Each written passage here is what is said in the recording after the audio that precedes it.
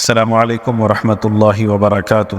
آج ہم جس موضوع کے اوپر بات کریں گے وہ ہے سب امتیں قیامت والے دن اپنے اپنے انبیاء کے پاس ہوں گی۔ ان میں آج جن موضوعات کے اوپر ہم بات کریں گے اس میں اولاد آدم علیہ السلام کے قدموں میں حضرت نوح علیہ السلام کی خدمت میں ان کی امت ہوگی، سیدنا ابراہیم علیہ السلام کی خدمت میں 3 واقعات شبہات اور ان کے جوابات دیے جائیں گے۔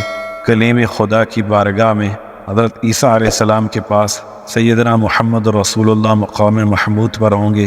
جب آپ صلی اللہ علیہ وسلم سر بسجدو ہوں گے، تجلیات ربانی ظاہر ہوں گی، 7 قسم کے لوگ عرش کے سائے کے نیچے ہوں گے۔ اللہ تعالیٰ کا بندوں سے خطاب کیا ہوگا، اعمال اپنی شکلوں میں ظاہر ہوں گے، سوال و جواب کا سلسلہ اور گواہیاں ہوں گی۔ حضرت نوح علیہ السلام کی قوم پر امت محمد صلی اللہ علیہ وسلم کی گواہی لی جائے گی۔ ان سب موضوعات کو شروع کرنے سے پہلے اور اس ویڈیو کو شروع کرنے سے پہلے اگر آپ نے اس چینل کو سبسکرائب نہیں کیا تو پلیز اس کو سبسکرائب کر دیں اور بیل کا بٹن پریس کر دیں تاکہ اس قسم کی مزید ویڈیوز آپ تک بر وقت پہنچ سکیں۔ تو چلیں شروع کرتے ہیں۔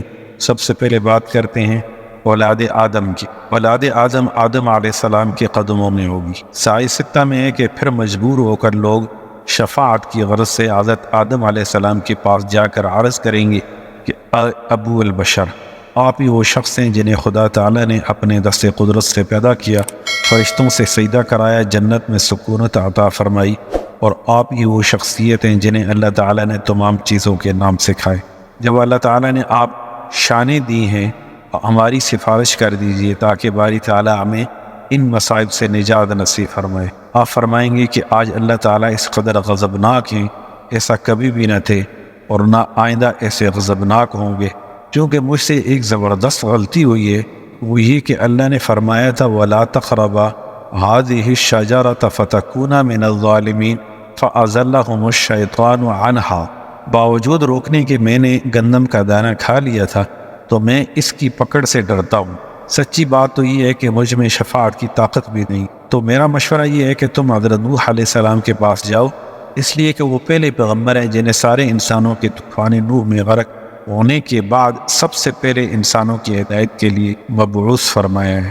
حضرت نوح علیہ السلام کی خدمت میں لوگوں کی حاضری ہو تو لوگ حضرت نوح علیہ السلام کے پاس آئیں گے اور ان سے عرض کریں گے، اے نوح، آپ ہی وہ پیغمبر ہیں جنہیں سب سے پہلے خدا تعالیٰ نے لوگوں کی ہدایت کے لیے بھیجا ہے، اور آپ کو اللہ تعالیٰ نے قرآن کریم میں انہ کان عبدا شکورا فرما کر اپنا شکر گزار بندہ ہونے کا لقب عنایت فرمایا ہے۔ ہماری حالت زار کو دیکھ کر ہماری شفاعت فرما دیجئے۔ آپ فرمائیں گے آج اللہ تعالیٰ اتنے غصے میں ہیں، ایسا کبھی نہ تھا، اور مجھ سے تو ایک غلطی ہو گئی ہے کہ میں نے ادب کا لحاظ نہ رکھا اور اللہ تعالیٰ کی بارگاہ میں اس کے نافرمان بیٹے کی سفارش کر دی کہ وہ غرق نہ ہو۔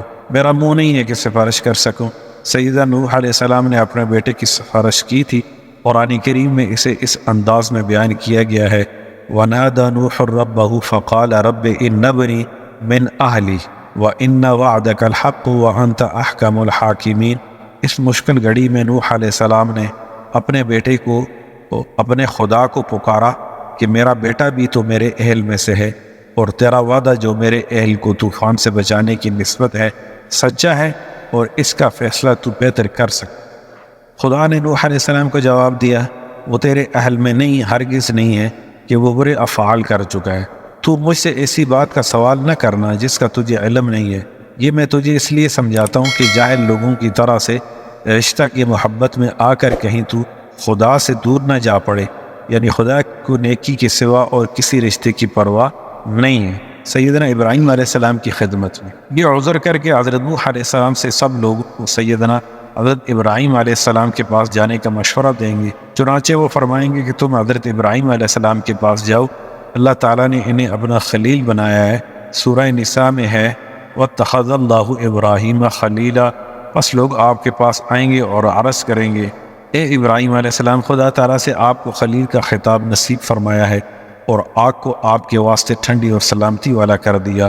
قُلْنَا يَا نَارُ كُونِي بَرْدًا وَسَلَامًا عَلَىٰ إِبْرَاهِيمَ، اور پیغمبروں کا امام بنایا، آپ ہماری سفارش کر دیجیے تاکہ ان تکلیفوں سے رہائی مل جائے۔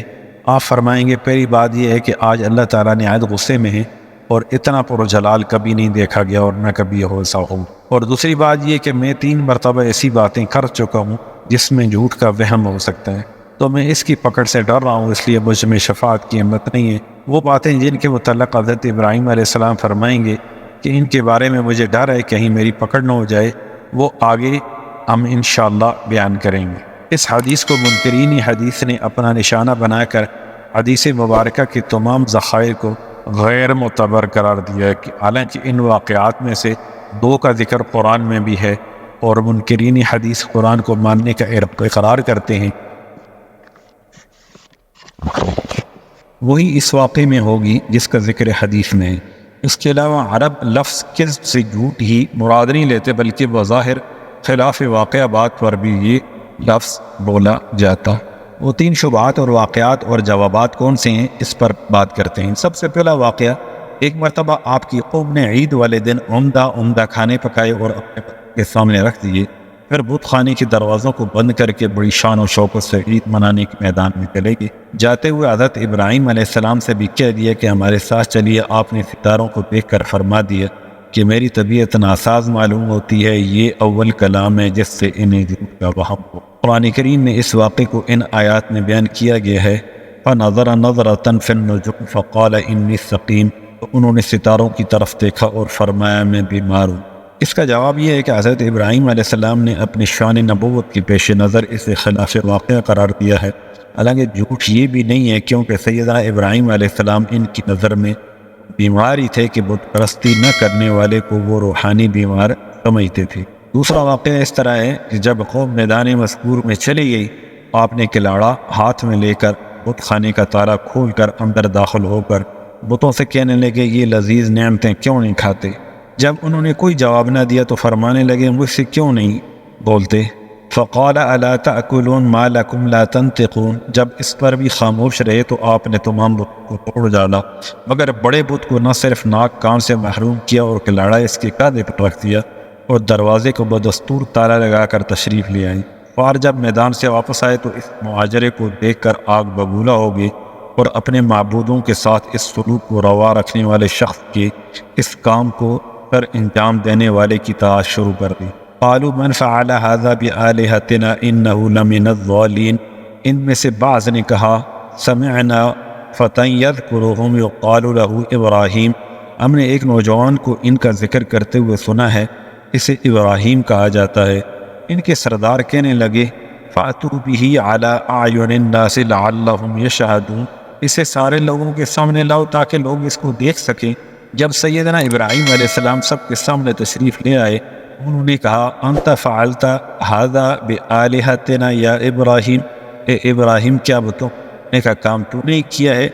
آپ علیہ السلام نے فرمایا نہیں، بل فعل کبیرهم هذا فاسألوهم ان كانوا ينطقون، بلکہ ان کے بڑے نے ہی ایسا کیا ہے، اگر یہ بات کر سکتے ہیں تو انہی سے پوچھ لیجیے۔ ذرا دیکھ تو صحیح کلاڑا اسی کے کاندھے پر تو رکھا ہے۔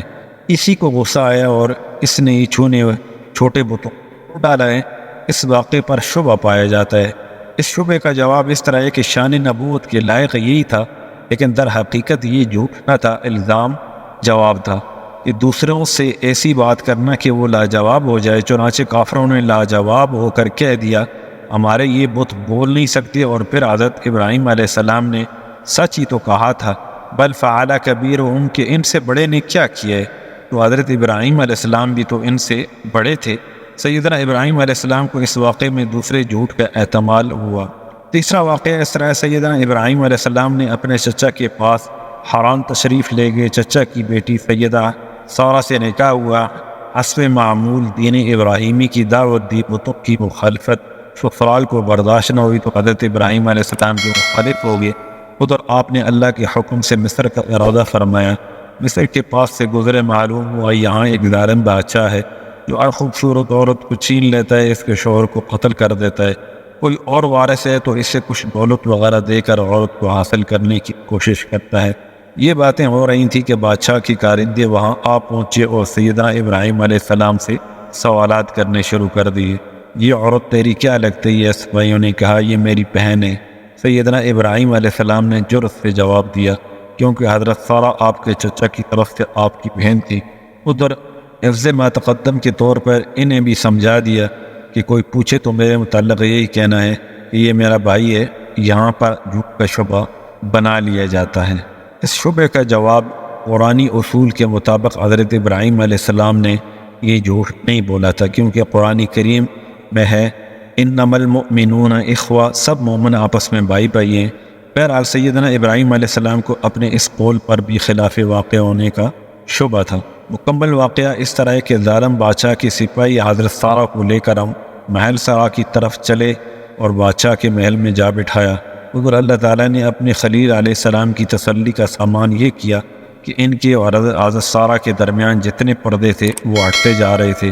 ان کی آنکھوں سے ایک لمحہ کے لیے بھی حضرت سارہ اوجل نہ ہوئی۔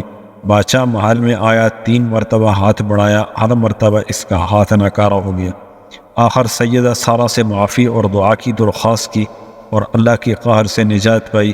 اپنی خفت مٹانے کے لیے سپاہیوں کو کہا اسے بحفاظت اسی کے مرد کے پاس چھوڑاؤ، یہ عورت جادوگر معلوم ہوتی ہے۔ خلیل اللہ اس واقعے کی وجہ سے اس شہر سے دل برداشتہ ہو چکے تھے۔ سارہ کو لے کر شام روانہ ہو گئے اور وہیں رہنے لگے۔ یہ 3 واقعات ہیں جن کی طرف حضرت ابراہیم علیہ السلام نسبت کریں گے اور سفارش سے معاذرت کریں گے۔ کلیم خدا کی بارگاہ میں حضرت ابراہیم علیہ السلام کے کہنے پر سب لوگ سیدنا موسیٰ علیہ السلام کی خدمت میں حاضری دیں گے اور بصد نیز عرض کریں گے، اے موسیٰ، آپ ہی وہ عظیم شخصیت ہیں جن سے اللہ کے بغیر واسطہ کے کلام فرمایا ہے، اور آپ کو اللہ نے اپنے دست مبارک سے تورات لکھ کر دی ہے، ہو سکے تو آج ہماری سفارش کر دیجئے۔ حضرت موسیٰ علیہ السلام سب کو مخاطب ہو کر فرمائیں گے، آج اللہ تعالیٰ بڑے غصے میں ہیں، شاید کبھی بھی اتنے غضبناک نہ ہوئے۔ میرے ہاتھ سے ایک خطبی شخص قتل ہو چکا ہے، مجھے ڈر ہے کہیں میرے اللہ مجھے اس کی پاداش میں نہ پکڑے۔ یہ واقعہ 20ویں پارے میں آیت وہ دخل المدینہ سے فوقذہ موسیٰ تک ہے۔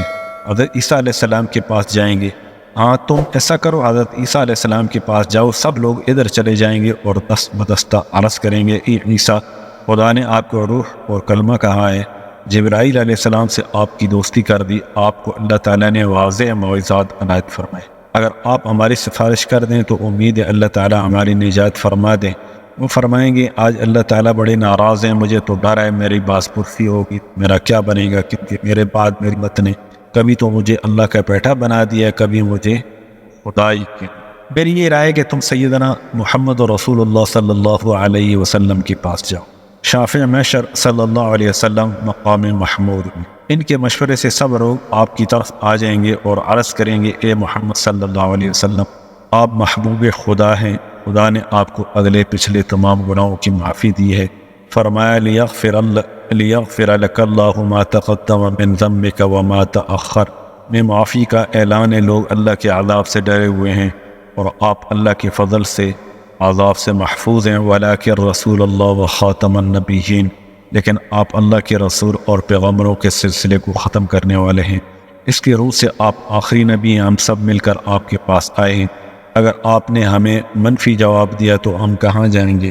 حرد ہے کہ آپ ہمارے لیے سفارش کر دیجئے تاکہ بارگاہ الہی سے ہمیں مصیبتوں سے چھٹکارے کا پروانہ مل جائے۔ آپ فرمائیں گے، ہاں اللہ تعالیٰ نے مجھے ہی یہ مقام عزت نصیب فرمایا ہے، میں تمہاری سفارش لے کر بارگاہ خداوندی میں جا سکوں۔ پھر لوگوں کی جان میں جان آئے گی، حضرت سیدنا جبرائیل علیہ السلام براق لے کر حاضر ہو چکے ہوں گے، ہمارے نبی علیہ السلام سوار ہو کر آسمان کی طرف محو پرواز ہوں گے، سب لوگوں کی نگاہیں آپ کے روح انور کی طرف ہوں گی کہ ایک دروازہ آسمان سے کھلے گا، اس میں آپ داخل ہو جائیں گے۔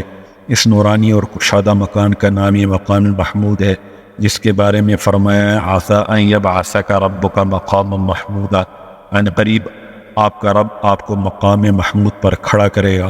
جب لوگ آپ صلی اللہ علیہ وسلم کو اس شان سے اس مقام میں داخل ہوتا دیکھیں گے تو سب کی زبانوں پر حضور صلی اللہ علیہ وسلم کی تعریف و توصیف کے الفاظ جاری ہو جائیں گے، آپ سر بسجود ہوں گے۔ ادھر عقائد و عالم صلی اللہ علیہ وسلم کی نظر تجلی الہی پر پڑے گی تو آپ سر بس ہوں گے، حتیٰ کہ 7 روز تک اپنی جبین نیاز بارگاہ خالق و مقام کے آگے رکھیں گے۔ تب ارشاد باری تعالیٰ ہوگا، اے محمد سر اٹھاؤ، جو کہو گے سنوں گا، جو مانگو گے دوں گا، سفارش کرو گے قبول ہوگی۔ یہ سن کر شفیع دو جہاں صلی اللہ علیہ وسلم اپنا سر مبارک اٹھائیں گے اور اللہ جل شانہ کی حمد و ثنا بیان کرنا شروع کر دیں گے۔ یہ توصیف الہی اس شان کی ہوگی، اس سے پہلے کسی نے بھی اللہ تعالیٰ کی تعریف نہ کی ہو۔ پھر بارگاہ عزتی میں عرض گزار ہوں گے، اے اللہ، جبرائیل علیہ السلام کے ذریعہ آپ نے وعدہ فرمایا تھا، اے محمد جو مانگے گا تجھے ملے گا، بس میں اس وعدے کی وفا چاہتا ہوں۔ اللہ تعالیٰ فرمائیں گے جبرائیل نے جو پیغام دیا وہ بے شک درست تھا، آپ بے شک میں تجھ کو خوش کروں گا اور تیری سفارش مانگ۔ زمین کی طرف جاؤ، میں بھی زمین پر جلوہ افروز ہونے والا ہوں، اپنے بندوں کا حساب لے کر اعمال کے مطابق انہیں جزا دوں گا۔ اللہ تعالیٰ سے ہم کلام ہو کر محبوب کائنات صلی اللہ علیہ وسلم زمین پر تشریف لے آئیں گے۔ قرآن کریم میں ہے، وَجَاءَ رَبُّكَ وَالْمَلَكُ صَفًّا صَفًّا، تمہارا پروردگار جلوہ افروز ہوگا اور فرشتے صف در صف ہوں گے۔ ادھر سارے انسان آپ کی طرف متوجہ ہو جائیں گے اور پوچھیں گے، یا رسول اللہ صلی اللہ علیہ وسلم، خدا نے ہمارے حق میں کیا ارشاد فرمایا ہے؟ آپ جواب دیں گے، اللہ تعالیٰ ابھی جلوہ افروز ہونے والے ہیں، ہر ایک کو اس کے اعمال کے قدر بدلہ نصیب فرمائیں گے۔ ادھر یہ باتیں ہو رہی ہوں گی کہ ایک بہت بڑا نور نہایت ہولناک آواز کے ساتھ آسمان سے زمین کی طرف آ رہا ہوگا اور فرشتوں کی تسبیحات کی آوازیں سنائی دے رہی ہوں گی۔ لوگ فرشتوں سے پوچھیں گے، کیا ہمارا پروردگار اس روشنی میں ہے؟ فرشتے جواب دیں گے، اللہ کی ذات والا صفات اس سے کہیں برتر ہیں، ہم آسمان دنیا کے فرشتے ہیں۔ اس کے ساتھ ہی وہ فرشتے زمین کے دور ترین کناروں پر صف بستہ ہو جائیں گے۔ تھوڑی دیر بعد ایک اور نور اپنے پوری ہولناکی کے ساتھ نمودار ہوگا اور لوگوں کی نظریں اس آسمانی روشنی کی طرف لگ جائیں گی۔ اب تو لوگ یقین کی کیفیت میں دریافت کریں گے کہ اے فرشتوں، کیا ہمارا معبود برحق اسی نورانی تجلی میں ہے؟ وہ کہیں گے، خداوند قدوس اس سے کہیں زیادہ برتر ہے، ہم تو دوسرے آسمان کے فرشتے ہیں۔ یہ کہہ کر وہ بھی پہلے فرشتوں کی طرح زمین کے دور کناروں پر صف ہو کر کھڑے ہو جائیں گے۔ تجلیات ربانی ظاہر ہوگی، ارشاد ربانی ہے، وَنُفِخَ فِي الصُّورِ فَصَعِقَ مَن فِي السَّمَاوَاتِ وَمَن فِي الْأَرْضِ إِلَّا مَن شَاءَ اللَّهُ، اور سور بجائے گا جب تمام آسمان اور زمین کے رہنے والے بے ہوش ہو جائیں گے مگر وہ جس کو خدا چاہے کہ بے ہوش نہ ہو۔ اس ارشاد الہی کے مطابق حضرت اسرافیل علیہ السلام کو حکم ہوگا کہ وہ سور پھونکیں۔ اس کی آواز ایسی ہوگی کہ سیدنا موسیٰ علیہ السلام کے علاوہ ہر ایک بے ہوش ہو کر گر پڑے گا۔ بخاری شریف میں ہے کہ پھر اللہ تعالیٰ کا عرش 8 فرشتوں کے کاندھوں پر نازل ہوگا۔ اللہ تعالیٰ فرماتے ہیں، وَيَجْعَلُ عَرْشَ رَبِّكَ فَوْقَهُمْ يَوْمَئِذٍ ثَمَانِيَةٌ، اسے بیت المقدس میں رکھ دیا جائے گا۔ آج اسی جگہ بیت المقدس میں صخرہ لٹکا ہوا ہے، یہ عرش خدا بندی اس انداز سے اترے گا، اس کی کیفیت کس کو معلوم ہو سکے گی، کیونکہ اس وقت سب کے سب بے ہوش ہوں گے۔ 7 قسم کے لوگ عرش الہی کے نیچے ہوں گے جب ہر طرف خوف کا عالم ہوگا اور سخت گرمی اور سورج کی تیزی ہوگی۔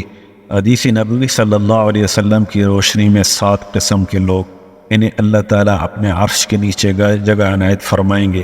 ان میں نمبر 1 انصاف کرنے والا بادشاہ، نمبر 2 جوانی میں اللہ کی بندگی کرنے والا، نمبر 3 ذکر الہی اور نماز کے شوق، مسجد میں جس کا دل اٹکا رہتا ہو، نمبر 4 اور وہ شخص جو تنہائیوں میں اپنے اللہ کو یاد کر کے روتا رہتا ہو، نمبر 5 وہ دونوں شخص جو خالصتاً صرف اللہ کے لیے آپس میں محبت رکھتے ہیں، نمبر 6 اور وہ آدمی جو خرائے خدا میں کچھ اس انداز سے خرچ کرے اللہ کے علاوہ کسی کو بھی اس کی خیرات کا علم نہ ہو، نمبر 7 وہ شخص بھی وہاں جگہ پائے گا جسے کوئی خوبصورت اور صاحب ثروت عورت اپنی طرف برے کام کے لیے راغب کرے اور معاذ محبت الہی کی وجہ سے برائی سے بچا رہے۔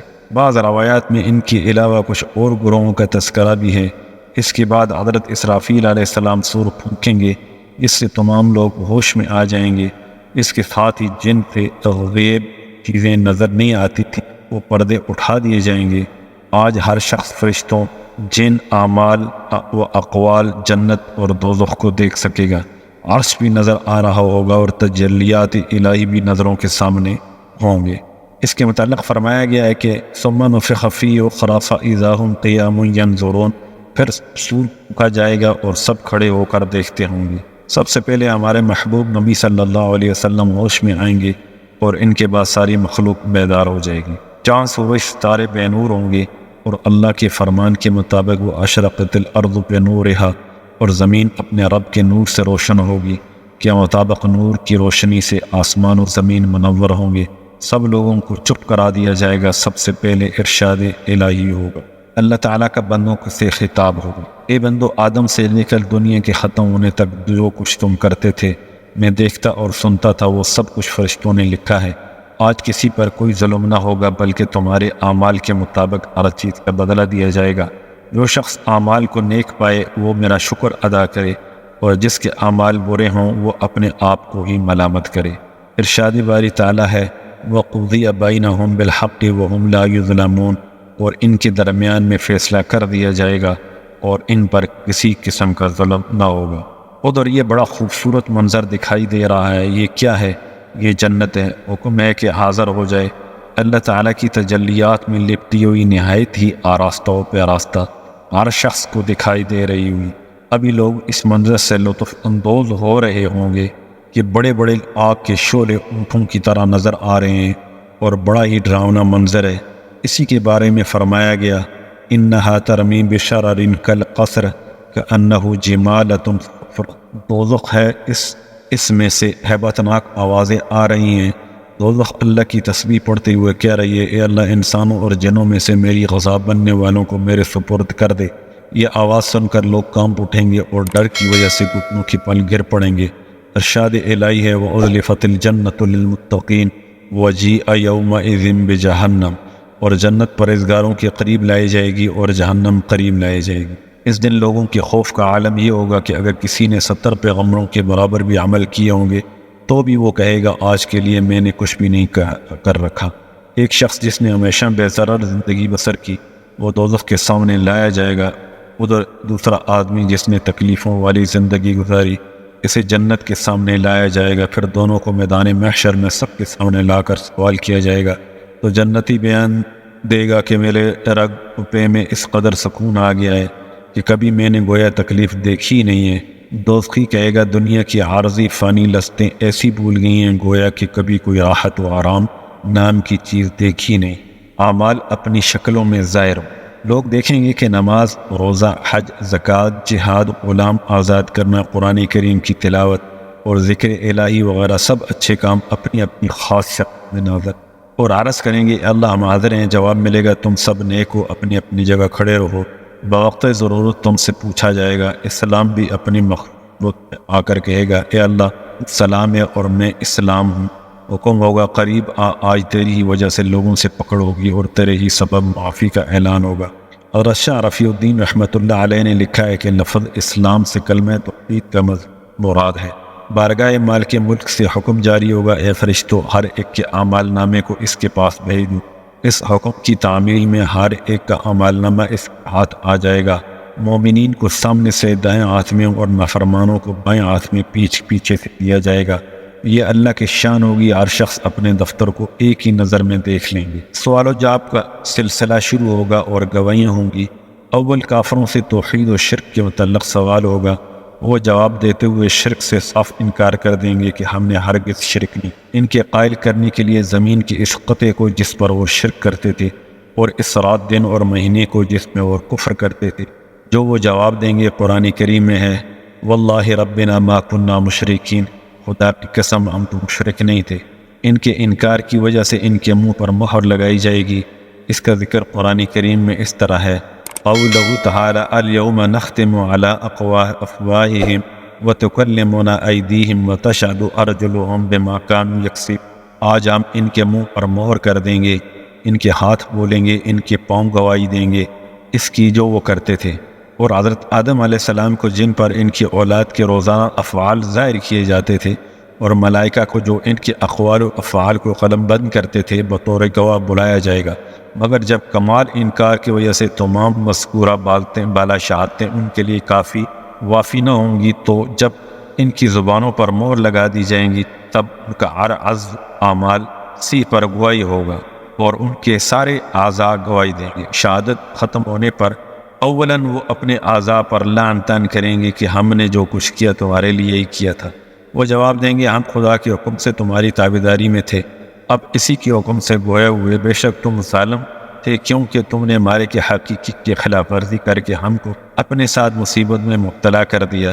خدا نے جو ہم کو تمہارا مطیع بنایا تھا، اس کا تم نے کچھ شکر ادا نہیں کیا، نہ ہماری تابعداری کی اصلی غرض سمجھنے کی کوشش۔ ہم تو سوائے سچ کے اور کچھ نہیں کہہ سکتے۔ بس وہ لاچار ہو کر اپنے شرک و کفر کا اقرار کر لیں گے اور ملزم قرار پائیں گے۔ قرآن کریم میں اوپر والے آلات کے منظر کشی اس طرح کی ہے، وَقَالُوا لِجُلُودِهِمْ لِمَ شَهِدتُّمْ عَلَيْنَا، اور کافر اپنے جسم کی کھالوں کو کہیں گے تم نے ہمارے خلاف گواہی کیوں دی؟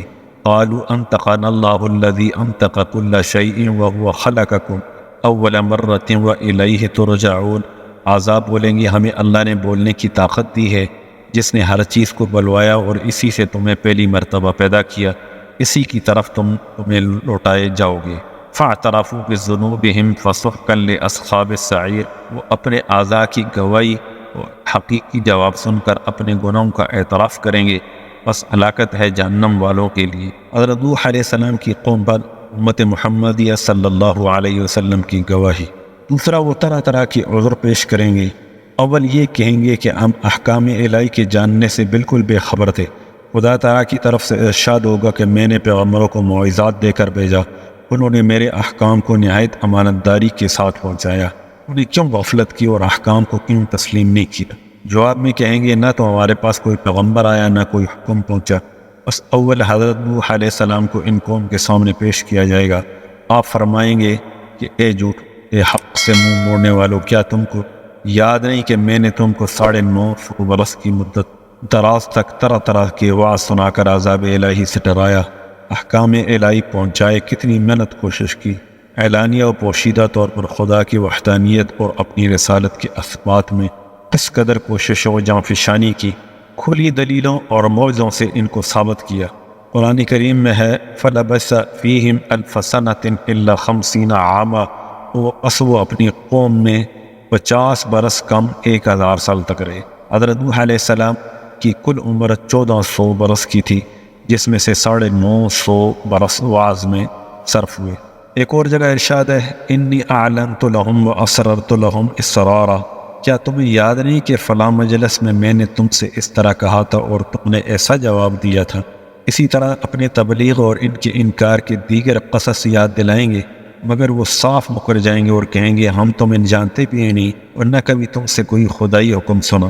اس پر خداوند کریم ارشاد فرمائے گا اے نوح، اپنی تبلیغ رسالت کے گواہ پیش کرو۔ آپ عرض کریں گے اللہ تعالیٰ اس موقع کے متعلق فرمایا لَتَكُونُوا شُهَدَاءَ عَلَى النَّاسِ، اے امت محمدیہ تاکہ تم لوگوں پر گواہ بن جاؤ۔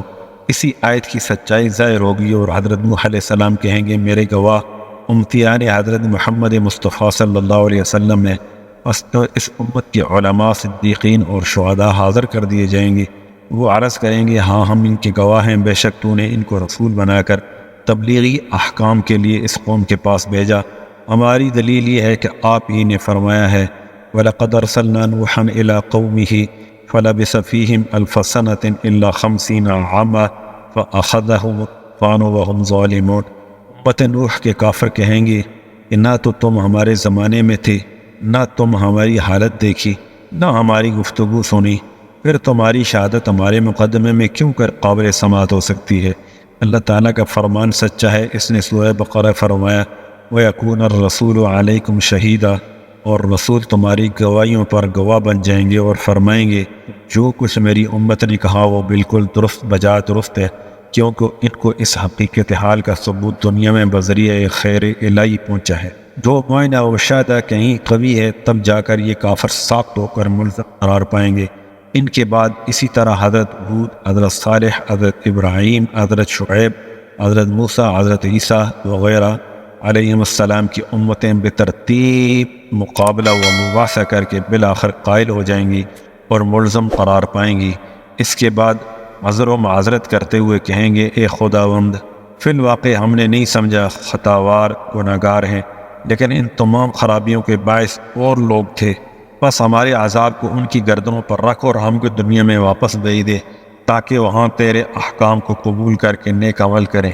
بارگاہ الہی سے جواباً ارشاد ہوگا تمہارا عذر قابل سماعت نہیں، جو سمجھانے کا حق تھا وہ ادا ہو چکا، تم کو ہم نے لمبی مدت تک فرصت دی تھی، اب دنیا میں واپس جانا ناممکن ہے۔ اولم نعمرکم ما یتذکر فیہ من تذکر وجاءکم النذیر، کیا دنیا میں ہم نے تم کو اس قدر عمر نہیں دی تھی کہ سچائی کو بھی معلوم کر سکتا؟ اور حالانکہ سمجھانے والا پیغمبر بھی تمہارے پاس آ گیا تھا، بس اب یہ لیت العل کیسی؟ اس کے ساتھ ہی ان کے کیے ہوئے نیک اعمال، جیسا کہ کفار اسپتال بنواتے ہیں، مخلوق خدا کی خوشی و آرام کے لیے دیگر خدمات انجام دیا کرتے ہیں، وہ برباد ہو جائیں گے اور گناہوں کو برقرار رکھا جائے گا۔ اس حقیقت کو اس دنیا میں قرآن کریم اشکار کر رہا ہے۔ وَقَدِمْنَا إِلَىٰ مَا عَمِلُوا مِنْ عَمَلٍ فَجَعَلْنَاهُ هَبَاءً مَّنثُورًا، کیونکہ انہوں نے اپنے زعم میں جو کچھ نیک اعمال کے لیے کی تھے بارگاہ الہی میں مقبول نہیں، ما سوائے ان کے جو کچھ انہوں نے خدا کے لیے کیے تھے۔ ان کا یہ سبب جہالت، معرفت و مخالفت احکام الہی دنیا میں صلح دے دیا گیا، اس لیے آخرت میں ان کا کوئی حصہ نہیں۔ السلام علیکم ورحمۃ اللہ وبرکاتہ۔